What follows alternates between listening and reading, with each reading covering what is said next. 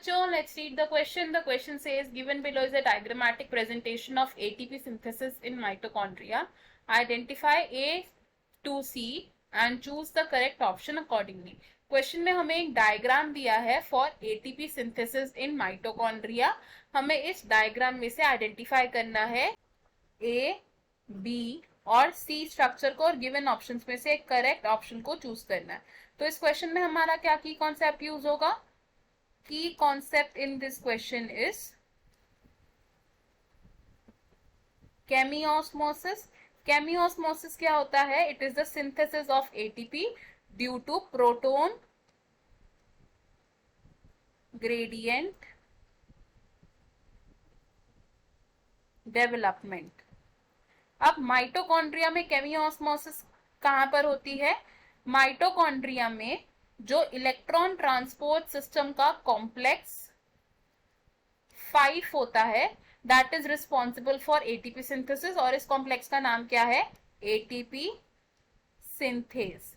इस कॉम्प्लेक्स के दो पार्ट्स होते हैं और these two parts are F0 and F1 component. F0 क्या है? ये एक इंटीग्रल मेम्ब्रेन प्रोटीन है. This is an integral membrane protein. और ये इंटीग्रल मेम्ब्रेन प्रोटीन क्या करता है? एक चैनल की तरह एक्ट करता है ताकि यहां से प्रोटॉन्स पास ऑन हो पाए. और F1 क्या है? It is a peripheral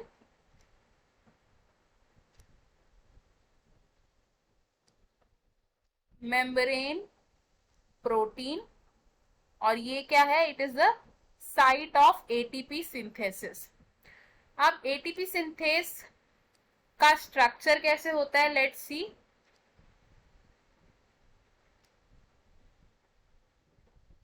so this side क्या होता है? Here is the inter membrane space and here is the matrix.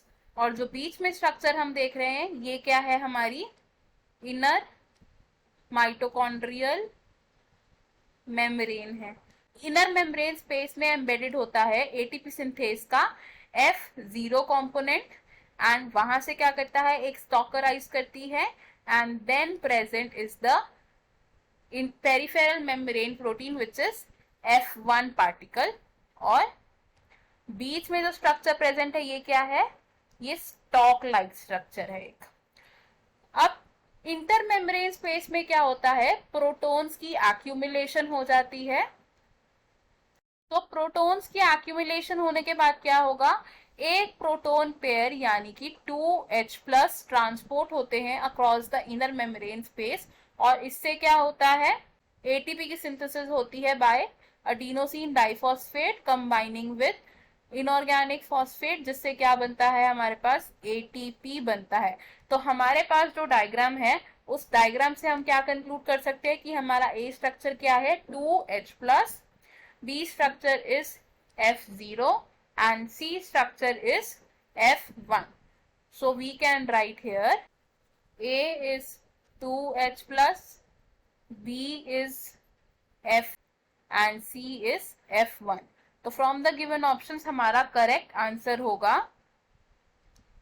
option C, which says A 2H+, B F0 and C F1. बाकी के ऑप्शंस क्यों incorrect है? अब ये देखते हैं. ऑप्शन ए में कहा गया है कि A is H+, B is F1 and C is F0. तो ये ऑप्शन रॉन्ग है बिकॉज 2 प्रोटॉन्स ट्रांसफर होते हैं एंड B हमारा इंटीग्रल मेम्ब्रेन प्रोटीन है विच इज F0 ना कि F1 and C is F1.